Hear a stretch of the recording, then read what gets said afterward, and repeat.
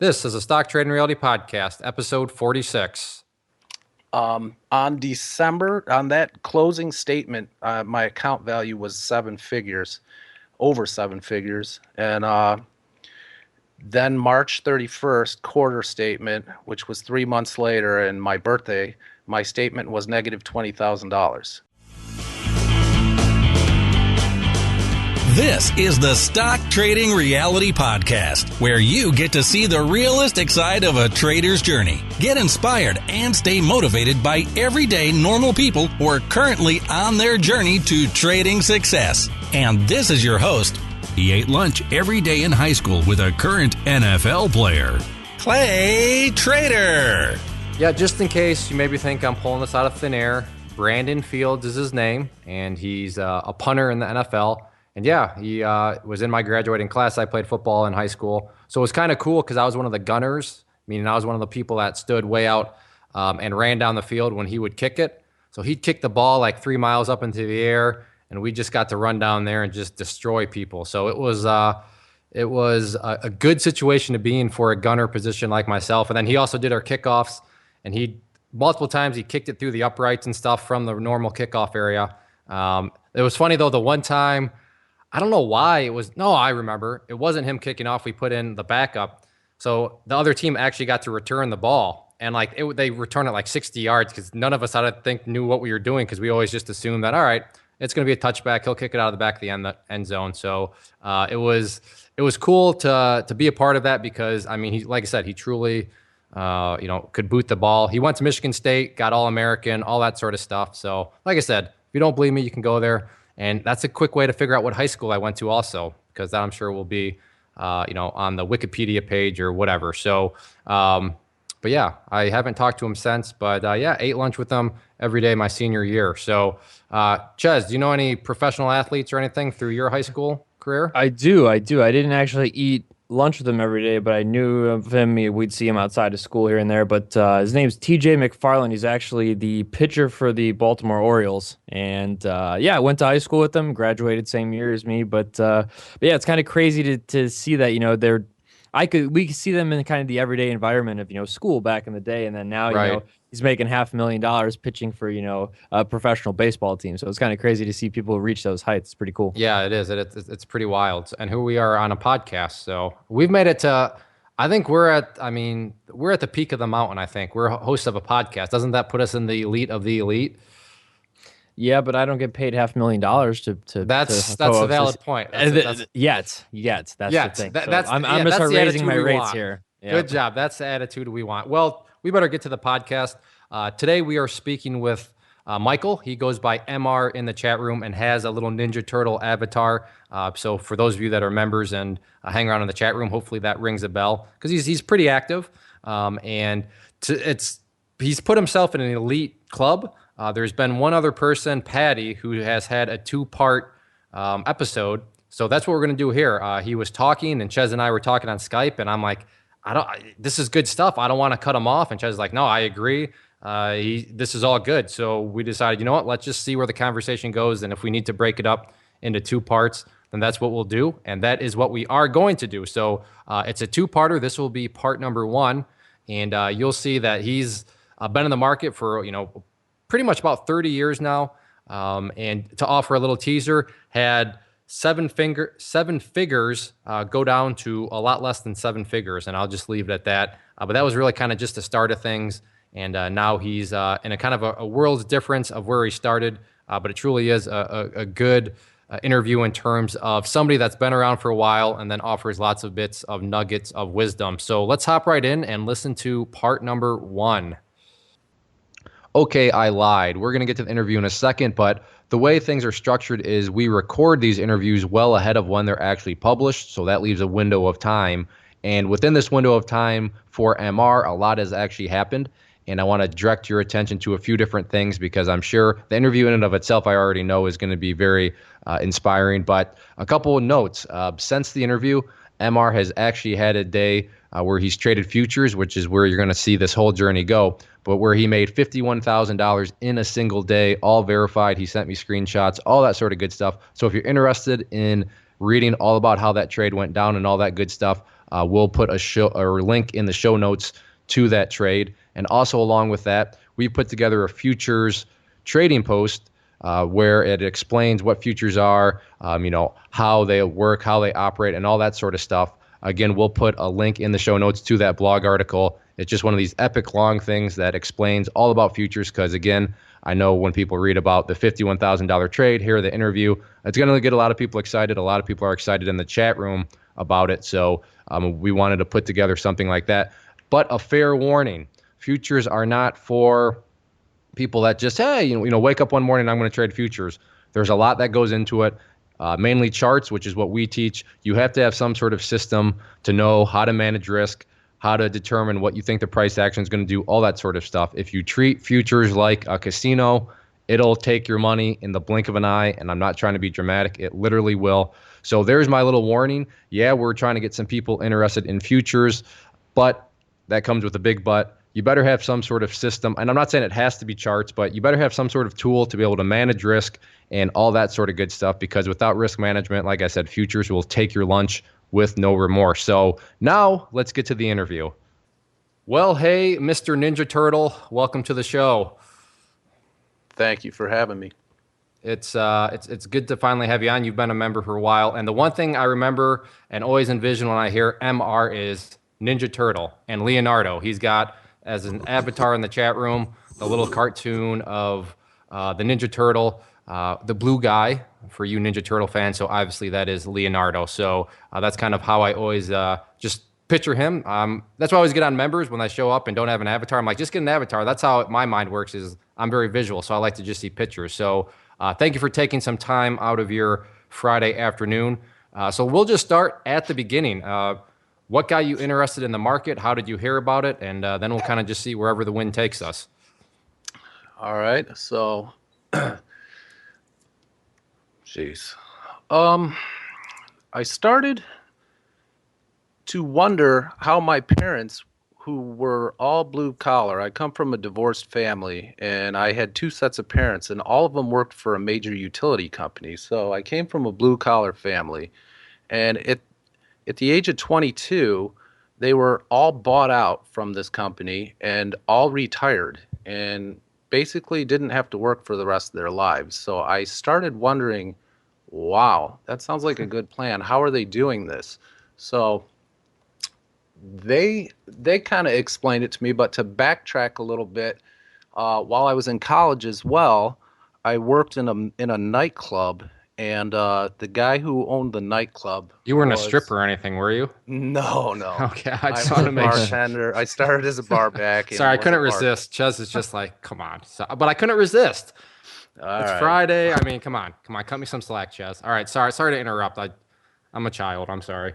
No stripping, but the guy who I worked for was a very interesting character, and it was pretty much it was one of the, I live in a major metropolitan area in the Northeast, and it was one of the most hot nightclubs in the city, and it was an all cash business. And with that, being the way it was, and he was also a notorious bookie. He was on the top 20 list for the FBI for booking and racketeering and all this crap. So one day I asked him, I said, how are you going to retire? I mean, are you just planning on having a big pile of money? And he looked at me and he said, Mikey, the working man is a sucker. You got to be in the stock market. And between that and what my parents were telling me and what I was watching them do, it just clicked with me that, there's like three ways in America for the common person to become wealthy outside of winning the lottery. You could, you got real estate, you got starting your own business, which 90% fail within the first 2 years, and then you have the stock market. So for me, that seemed to be the most logical and practical way for me to get started on my journey to not have to work when I was 42 years old. I got it. So this guy that was on the FBI, I'm assuming at that point in time, you didn't know that the FBI was searching for this guy, right? Oh, we knew. He was really good to us, and he kept us completely out of his business. He kept we had nothing to do with that other than bartending to some of his private parties, which were absolutely quite interesting, as I watched people play craps with, in 1990, over $100,000 in cash sitting on the table, hundreds of thousands of dollars in cash. They'd come rolling up in these boats that were massive, and it was just a whole new world to me. I was gonna say a whole new world is that's not generally something you see, especially as a 22-year-old working at a bar or something like that. But No. that's good that obviously I'm sure he's smart enough to keep that stuff kind of separated from you guys. You were just employees and stuff like that. But that's definitely a crazy environment to kind of see. So at 22 years old, you already kind of realize that there's only a couple ways in your mind that you're gonna kind of make your way through, and not have to be a slave to the 9 to 5 for the rest of your life. So how do you go from there now at the age of 22? What do you decide is kind of the next steps and kind of moving forward with the stock market? Well, I had graduated early from high school when I was 17 years old. So I went straight into college. And by the time I was out of college, I was like 20, 21 years old, and I had a degree in electrical engineering. My So family, you're not a very smart guy, is what I gathered from the past few sentences. Is yeah. So no, Nah. I scraped by. Yeah, yeah, I actually never really studied too hard or did anything. School came kind of easy to me. Not to say that I'm smart. I just got lucky in that respect. But I always did everything, and I paid. When I was there, I was 100% focused on what I was doing, and it just made sense to me. I'm pretty good with numbers, so it was easy enough. So anyhow, my family, my uncle ran our local electrical union here, in it's one of the bigger ones in the country, and he ran it for very, very many years. And all the time I was going through high school, there was 8 immediate family members in the union. So I went and I was brainwashed basically by them. I was told that to be the best engineer you can be in this field, you need to go work in the field as an electrician first, because all these people are drawing all these drawings, and they don't know the reality of the business.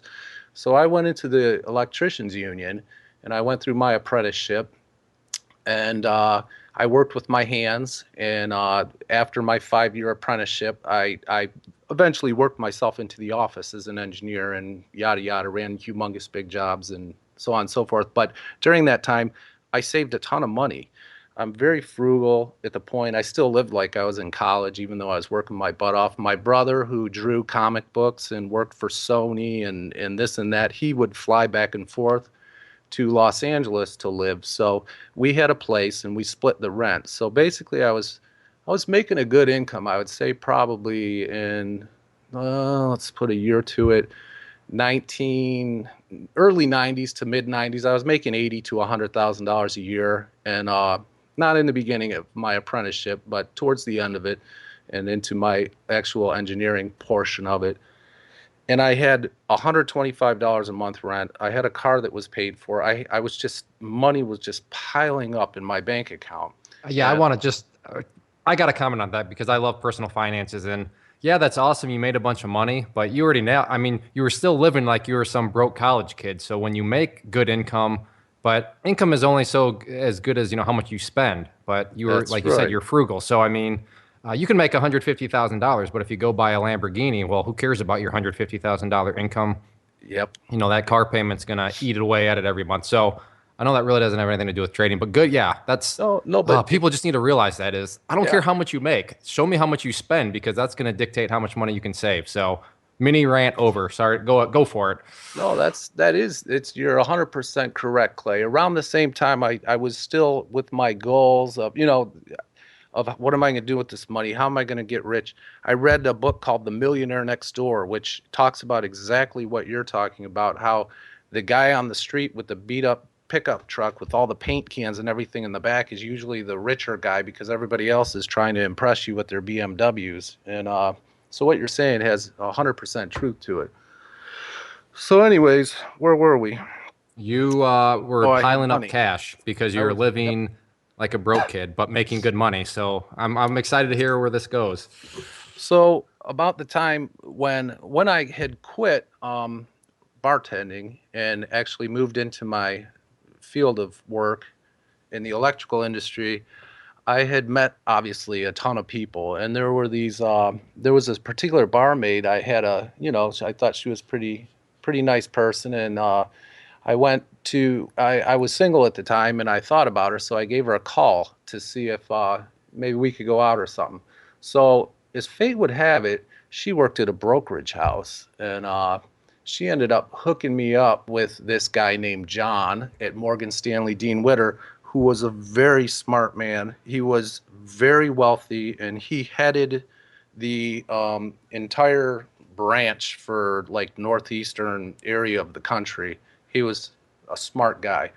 Um, under normal circumstances, a guy like that would not take an account that, for me, especially not back then. They looked for whales. But because my girlfriend at the time was his personal assistant, and they had a very good relationship, he took my account.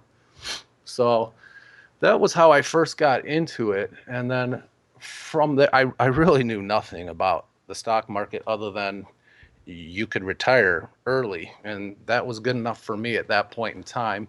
So as I started talking with this guy, he started telling me about fundamentals and this and that, and Morgan Stanley Dean Witter had a research platform, and they would send you ideas. It was totally different back then. This is in maybe 1995 or so, I'd say, somewhere around there.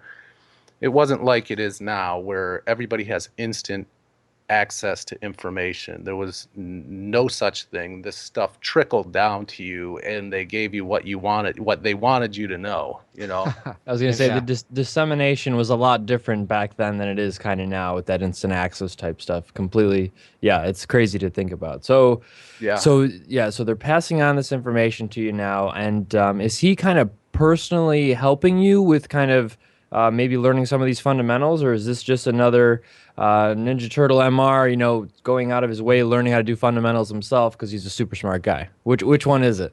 At this point, it was more like this.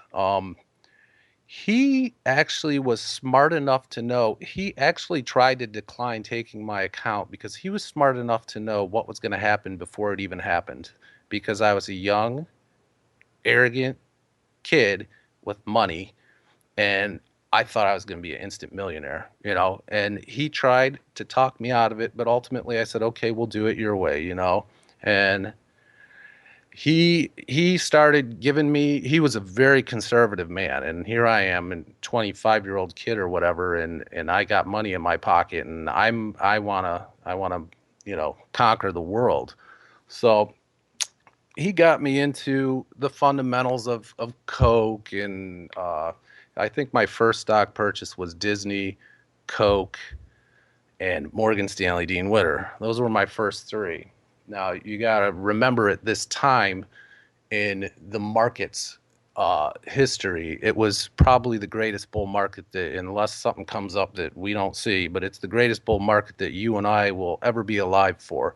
There were two discontinuous inventions right in a row rolling into the economy. First, there was the advent of the computer, which shifted to the personal computer, which completely changed the whole paradigm of how business did everything, going from paper files to digital filing, then the internet. And it was like, boom, they all hit right in a row, and the market was unbelievable.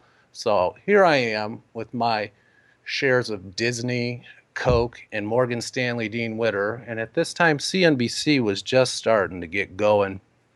So I would go home every day, and you'll find this ironic, seeing as the FANG stocks are so popular right now. But I would look at the ticker, and I would see Amazon up $23.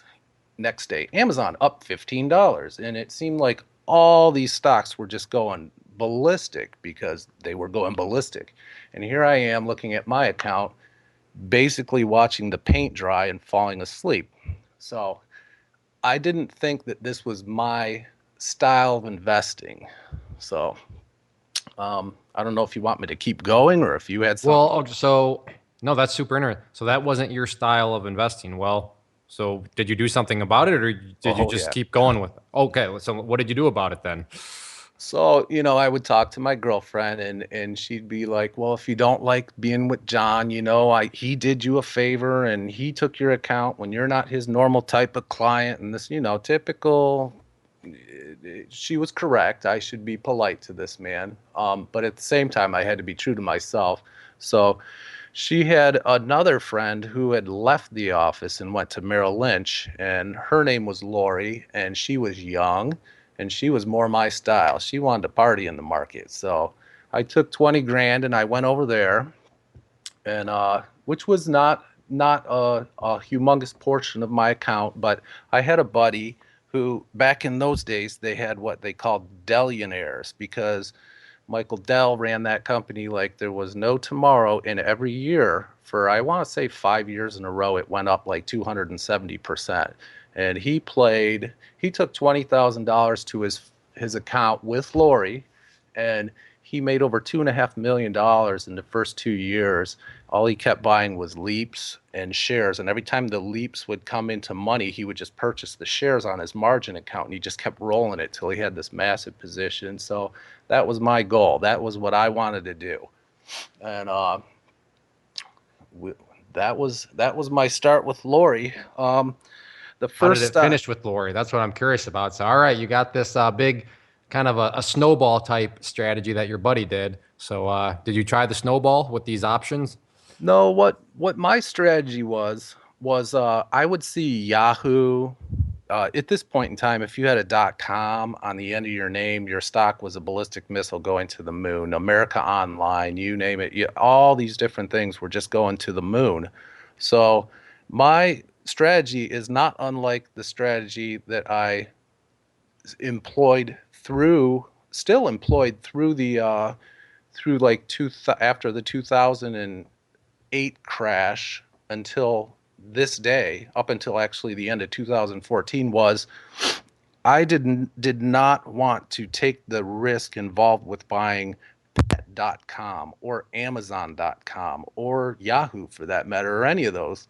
What I wanted to be involved in was the supply chain stocks, the Cisco's, the EMC's, the Sun Microsystems, the Oracles, all the stocks that were in that. If Pet.com went out of business, dogfood.com would come into business the next day. They'd still buy Cisco routers. They'd still buy Sun Microsystem rack storage. They'd still buy EMC rack storage. They'd still buy the Sun Microsystem racks, enterprise PCs, blah, blah, blah.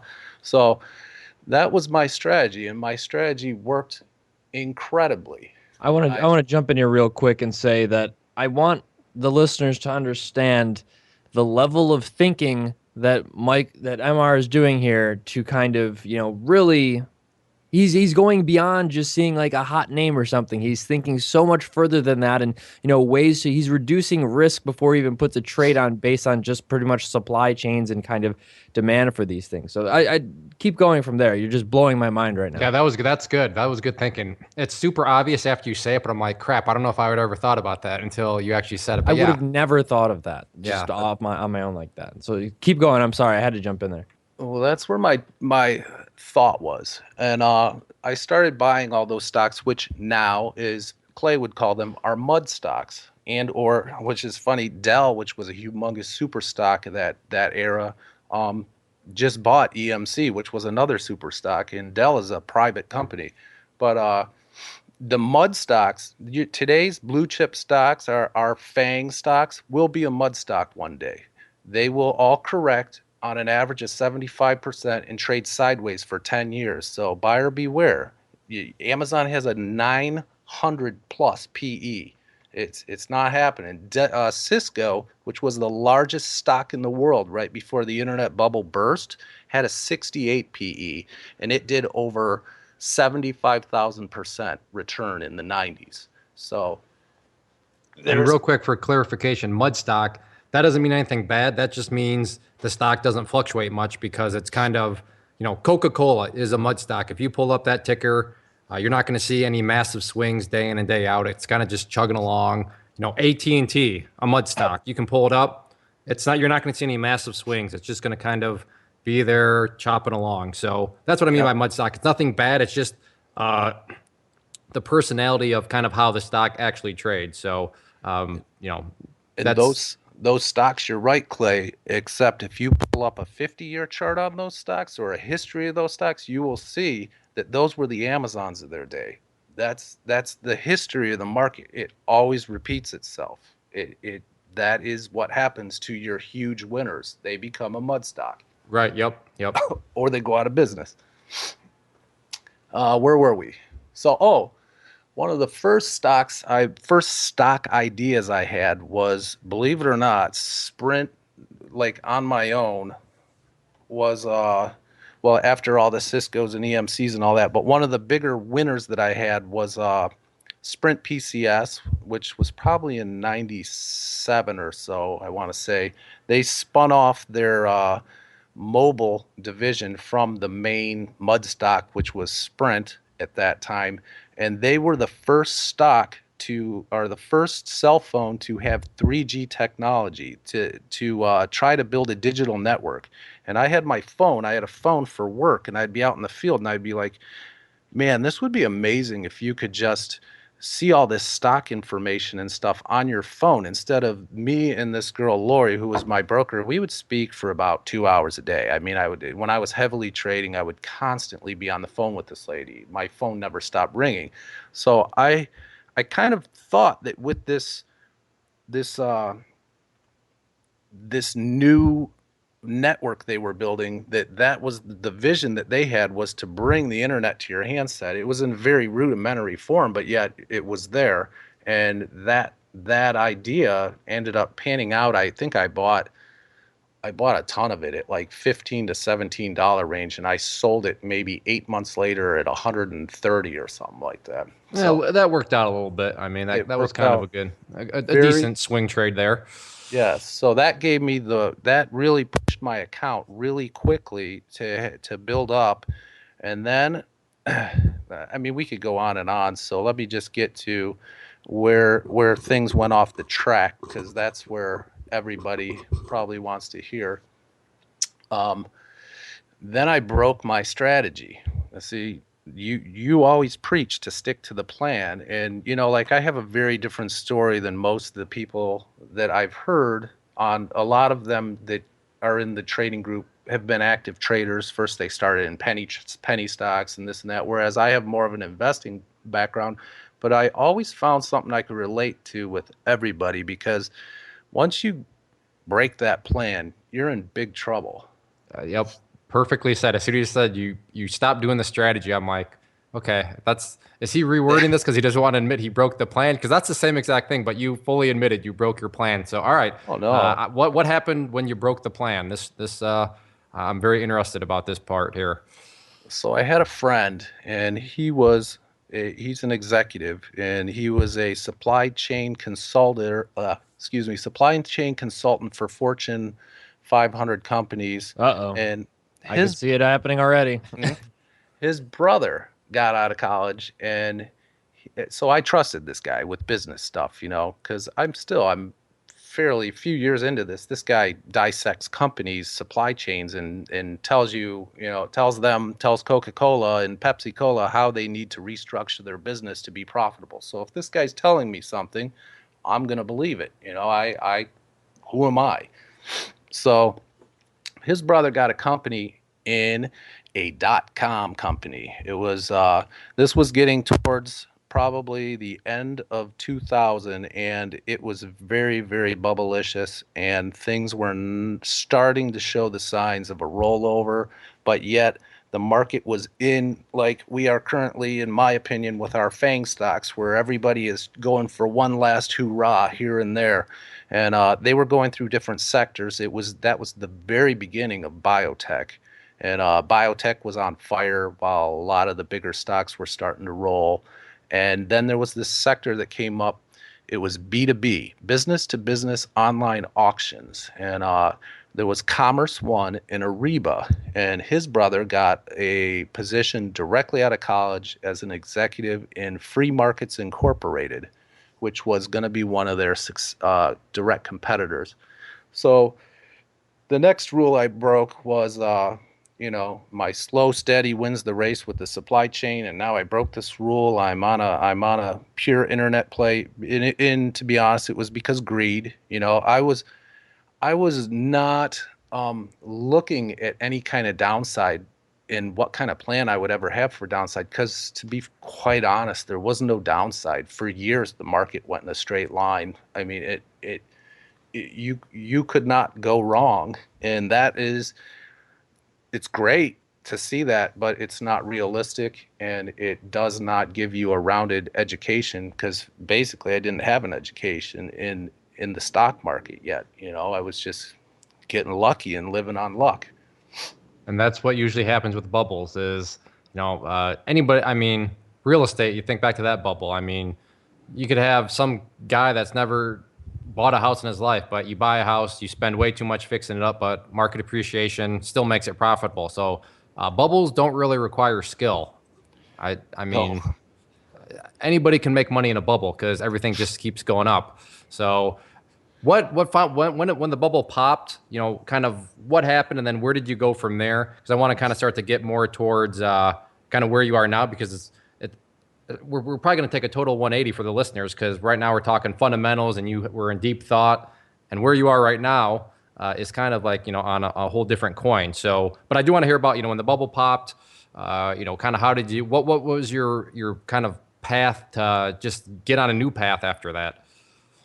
Okay, so what happened was I got the greed bug. I was getting all this inside information from his brother, and this stock went public, and they got in all at the friends and family level of like $17, and the stock went over 200 and something on its first day, and it started doing some pulling back. So they just kept telling me, load the boat, load the boat. Make a long story short, I was margin to the teeth. This also, I don't know if anyone would remember this, but there was a famous analyst who made all these calls in the 90s, and his name was Henry Blodgett. And their main competitor was trading at about $110. And Henry Blodgett came out maybe 2 weeks before they went public, before free markets went public, and said that Commerce One was going to go to 1,000. It went to 1,000 that morning. So, I mean, Wow. like, this Wow. space was on fire, and I had greed. I had dollar signs of greed in my eyes. So I was margined heavily, like 7 figures margin. And ultimately, what happened was I had all this inside information, and I see people talking in the chat room sometimes about inside information, and that's fine and dandy. That person might know all the inside information in the world, but there's going to be one thing that person doesn't know, and that's going to be the downfall, and that's where you're going to get killed. So the day they came out of their quiet period, which was several, I think 3 months or whatever after they went public, at 8:30 in the morning, GM, who was their largest customer, dropped them and announced that. So Oh Peace boy. out. Oh boy. Yeah. That's a big account to kind of lose. So the stock gapped down like 180 points from a 200 and some point level. And my broker called me, Lori, and she was panicked. And she's like, "Oh my God, Mike, the stock's down 180 bucks. What do you want me to do?" And I'm like, "Oh, make it go up. What do you think I want you to do?" And she's like, "No, seriously." I'm like, "Well, what can I do?" And she said basically nothing, because Merrill Lynch, even though I had a Daytech account, which was one of the first online accounts for $9.99 a trade, they had pre-market trading, but the great Merrill Lynch did not have pre-market trading. So I was basically strapped into this thing until the bell opened. So what That's a happened when the tough. bells That's a open? tough. Yeah, that's a tough thing Yeah, to be this is strapped intense. into. So what? Yeah, I'm at the edge of my seat here. You can't just yeah. leave So me the hanging. bell rings. Then what? Bell rings and I lost all my money, basically. I mean, So you sold. You just were like, no, I I'm getting didn't out. sell. I did not sell. Okay. I held on, and I was patient, and then I was stubborn, and then I was stupid. And then, like many of the people that I hear telling their stories, you don't want to believe that you're wrong, and you don't want to give it up, and you hope it's going to come back. And then I think here's a funny one for you. On December of 1999 or 2000, I can't remember, right when the bubble started going. So my stock actually tanked before the bubble. And that's part of my story, is that then after I lost all the money and I was desperately trying to get my money back, I was revenge trading the market. Which I was would, tanking. yeah, I would Oh man. say, oh my God, it's Intel. They were at $48 2 weeks ago. Now they're at 30. They can't go down any further. But yet the market that was the end. It was over. And I did not have any experience or knowledge in how to handle this kind of a situation, because all I knew was that these stocks go up and that's how they do. So on that closing statement, my account value was seven figures, over seven figures. And then March 31st, quarter statement, which was 3 months later and my birthday, my statement was negative $20,000. So Really? there's a Wow. good one for Well, you. congratulations. You just took the king of trade slash portfolio swings. We have a new Yeah, champion, and it's not even I was gonna close. say we've had some big swings on previous guests, but that is you easily are you the crown is placed upon your head. But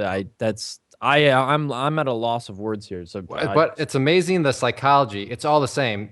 It's all MR psychology. is really the first person that talked about it mainly through the bubble. But think about the marijuana stock boom, which a lot of people said. The psychology is all the same. People show up, they don't know any better. Everything's going up, and then when stocks start to pull back, all in their mind, all their experience says, well, all these things go up, so they'll definitely go back up. And when those things don't go back up, that it.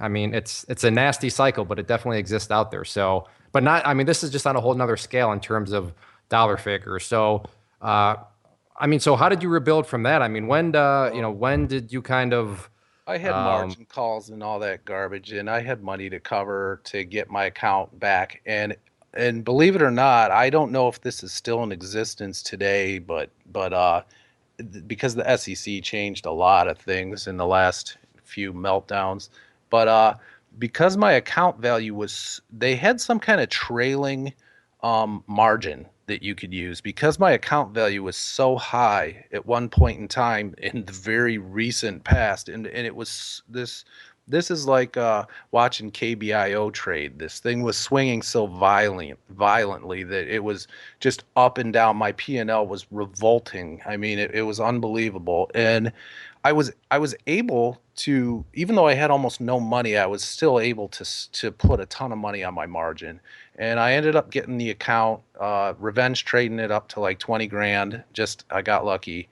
And because the market was melting down, and nowhere in my, I had no idea how to short a stock. Even to this day, I cannot short a company because it's just not the way I view companies. I view them as I don't know, just it's not in my nature. It's very difficult. I have no problem shorting the futures now, but I still can't short companies. So I got out with 20 grand. I took a little reprieval from like the day to day watching every tick of the market for a few months. And then as the market started to, over the course of the 2 year meltdown and then upturn again, I started to get back into the swing of things. And I built my account back up to a modest level. It was probably six figures. But I was also putting money into the account out of my pocket. On a monthly basis, I put a fairly decent amount of money in my account every month. But then the one thing I did learn about was like, anybody who knows me in the chat room knows that when I start to see the market looking ugly, I just don't. My money's in cash. I am not going to live through another one of those things. So I started to learn the history of the market and what market tops look like and when to be careful and it seems obvious, but your natural instinct is to want to be in the market and want to be making money all the time. But sometimes the best way to make money, as you say, as you have said too, Clay, and I say all the time, and there is just not to be in the market, because all the Oh, you're third going to order do. type. Yeah, the third order type. Exactly, because you're going to get killed, and whether it's one big swing like I had, or whether it's death by a thousand cuts, each one of those cuts demoralizes you, and it just breaks you down.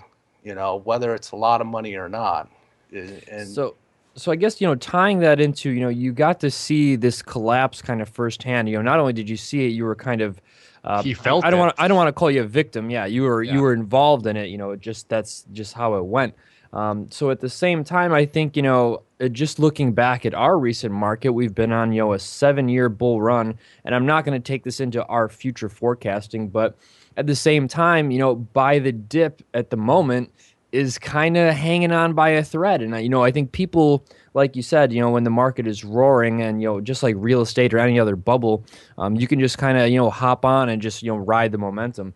But once things, like you said, you were watching during a 2-year downturn, I think that's when, being able to kind of view things and realize when it's not smart in the market, a lot of people are going to get scorched in that. And, just it's the middle of December when we're recording this now, and we got interest rates just actually went up. So I think it's an interesting time in the market, and I think it's actually perfectly timed with kind of this interview, because you got to see, you didn't just come into the market when the times have been great. You got to see the times be super great, and people go to the moon with riches, and then at the same time, it's not that you lost everything, because obviously you're still here and doing great, but you got to see people lose it all.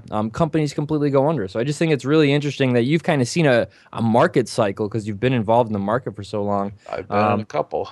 Yeah, you're just here with fresh eyes. You have 20 plus years of eyes on the market. So I think it's really cool in that. So you got to see the market turn down. You rebuilt your account. That's another thing I want to point out to listeners is that you didn't actually give up on the market. You would kind of recognize. And I'm assuming you kind of did some real deep soul searching and maybe looking back and back testing and maybe seeing that. It was a very emotional type event. It rips your guts out. The money itself, it's disheartening, but it didn't change my life whatsoever, believe that or not. I mean, I had a 7-figure account. However, it was paper. To me, I just put 20 grand in there and a few thousand here and there into that one, but mostly I was putting money in my other accounts that were not highly risky tradable accounts. And it just never was real. I never bought anything with it. It was just like paper, even though people would tell me all the time, hey, it's real money. You got to just sell. It's real. And I like, it doesn't seem real. So it almost had a video game feeling for you in a sense. Exactly, Clay. And then another thing that really hit me hard was that, my family had seen how well I was doing, and I had friends and family that were just like paper trading me, and I didn't know what to do when the bottom fell out of everything. And I remember one day my uncle came to my door and he was basically crying. He had bought so much Cisco with his retirement account, which Cisco, there was nothing wrong with the company. It was an absolutely staggeringly great company growing at a great clip, but the market didn't care. And sometimes you can have a great company and the market don't care. His stock just kept going down and down. And it hurt me so bad that even to this day, I put up 10 million disclaimers in the chat room of what I'm doing. And a lot of times I don't talk about my bigger investments in the chat room at all. I could see how that would suck. Like if a family member showed up and was like on the verge of tears. Yeah. Yeah, I can see how that would kind of emotionally scar you a little bit and make you very apprehensive in terms of, hey, this is not investment advice or anything like that. That's the very reason I could never be a broker for somebody else or a financial advisor. I could not. Oh, I just cannot. I can't deal with it. I mean, if it's my money, fine. I can go look in the mirror and be like, good job, bozo. But if it was somebody else's money, I don't know. That just, yeah. Yeah, and on top of that, this was all going on while I was watching my account plummet. And as I look back at it sometimes, excuse me, I'm under the weather a little. I feel that I allowed my account to go to negative 20,000 as a punishment to myself, psychologically, if you could believe that or not. I mean, the market, people don't understand that how much of it is psychological. I believe that I punished myself because of all the people from my work and my family that followed me and they got hit, because I could have said sell at any time and I didn't. And I think subconsciously and consciously part of that was just that I didn't want these people to be on this horrible ride by themselves. So I left myself in there, and it's messed up, I know, but No, actually, that makes sense to me. I mean, you don't want to.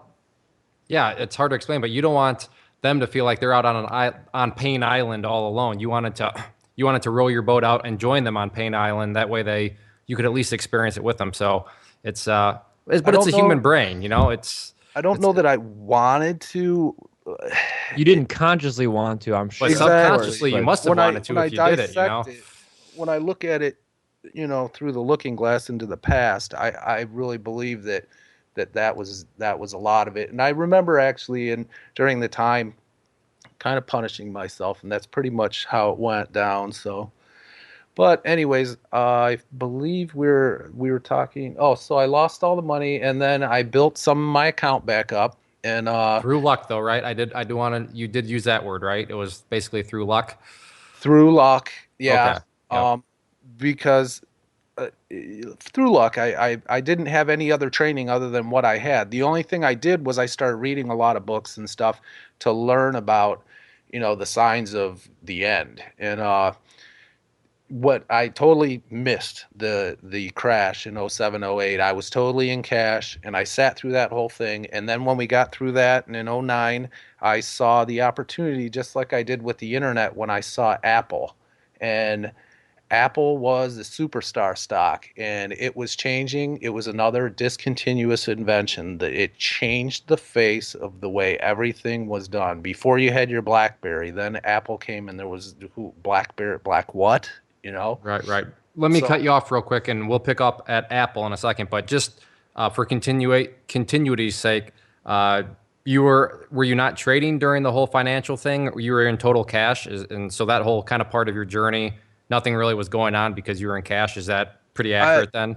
I would trade here and there, but it was very short swing trades. No, like I'm sure a lot of you guys know that I have held some of the stocks that I'm holding now and for many, many years. There was no long holds because the market just wasn't hospitable to it. It just obviously, if you people say, excuse me, people say you can't time the market, and that if you just buy a stock or buy an index and wait 30 years, it's going to be higher. Well, you're absolutely right. It'll be higher. However, if you held your index through the 2007, 2008 crash, it took you about 5 years to get back to break even.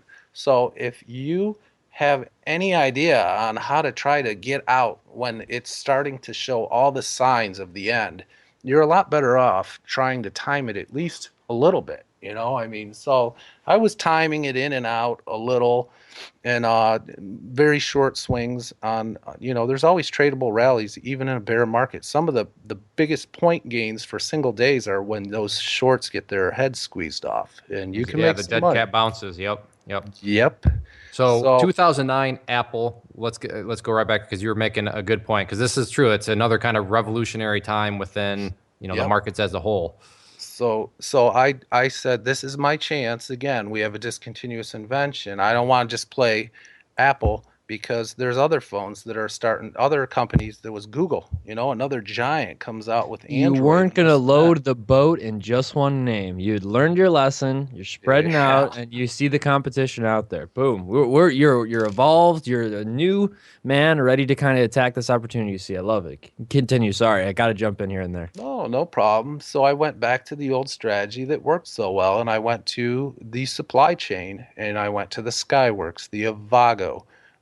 For a short time, I traded Corvo. I think I held only that was at the end of 2014. I got a double out of it in like 8 or 9 months, something of that nature. But NXPI, I went to the chip providers because not only do they provide for Apple, but they provide for every other cell phone out there. And those plays worked very, very well. And I amassed a lot of money.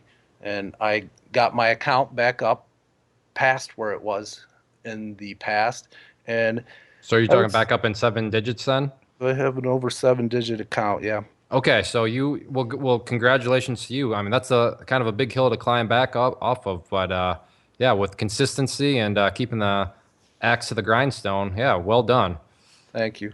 I also contribute to my account. You have to contribute to your retirement on a regular basis. You can't expect that money just, it's the market doesn't always go up. It gyrates up and down, sometimes $20,000 to $50,000 a swing in a day, depending on whether my stocks decide that they want to go up or down for whatever reason. They're just all over the map.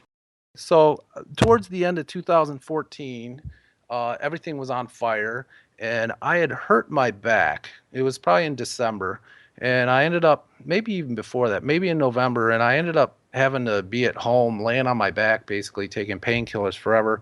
And I had amassed all this money, and I wanted to protect it. So I was looking up stock stuff, and I happened to stumble upon your videos on YouTube, Clay. So I started watching them over and over, watching all the different, because you have so many on there. I couldn't get up, I couldn't move, so I watched your videos. See, that's the best for me is when the person is immobilized and they have I no was gonna choice. say when they're And not heavily capable on of running away from you. That is my main and heavily on demographic. Those painkillers too. yeah, painkillers and injuries. Those are our demographic here. That's where they have no escape. Out of curiosity, were they my video or were they my chart analysis videos or just my other kind of random ones where it's No. me in front of the chalkboard and stuff? They were your trading videos. Okay. Oh, the live trading videos. Okay. The live trading videos really caught my attention because Okay. you get some money, and I can't retire now. I mean, obviously, when I was, if you can't retire on a low seven-figure portfolio. You could, but not in my current situation. But I thought if I could learn how to trade, I can retire and this and that. And more so than anything else, I started to want to not lose my seven-figure portfolio again. So what I wanted to do was protect it. So I had written you an email, and I asked you, because you were starting to talk about options at this point in time, and I asked you if your options simplified course would be able to help me hedge my, that I had made some gains and I want to try and hedge them. And you were very honest, and you said, no, I don't think that's the best course for you. And I don't remember if you had said you were. I remember that email now. I remember somebody. I remember this exact email. Yep, I do. This is totally forgot. I'll be honest. I totally forgot about it until you just brought it up. But yeah, I do remember this exchange. So go ahead. That's some good transparency on your part too, Clay. Honestly, and we're always transparent like that. The fact that listeners think about this out there. Clay has courses out there available. He could have told Michael, yeah, sure, go ahead and get them, but they wouldn't have done him any good. So this is just good business. But I want to also stress before I let you continue the fact that you had been in the market for years, and you just said, I wanted to learn how to trade. Your desire to kind of continue learning and kind of, even getting more involved in the markets, on a shorter term time frame.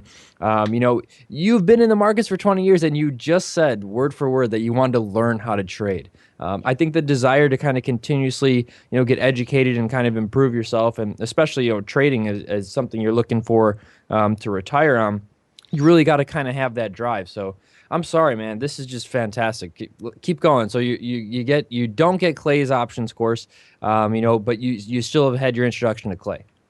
Well, I didn't get Clay's options course. What I ended up doing was buying the whole CTU, because when he sent it back to me and told me that he couldn't help me, that he has other types of stuff available, I just thought that was so genuine and so nice and honest that I just felt, I don't want to say I felt like I could trust him right off the bat, but he was definitely not a Tim Sykes, and I do trust Clay. I think he has the best intentions of anyone I've ever seen selling this type of product, and you just have good intentions. I really believe he wanted to succeed, and I believe that you have a great product. So I went for the whole thing, and even though you said it wouldn't help me, so that's where that led. Well, I thank you for trusting me, but not trusting me, because I told you it wouldn't work, yet you still did it. So there's some, but I see what you're saying. I appreciate that. But yeah, there's really no point in. No, there was other things I could learn, and that's right. Like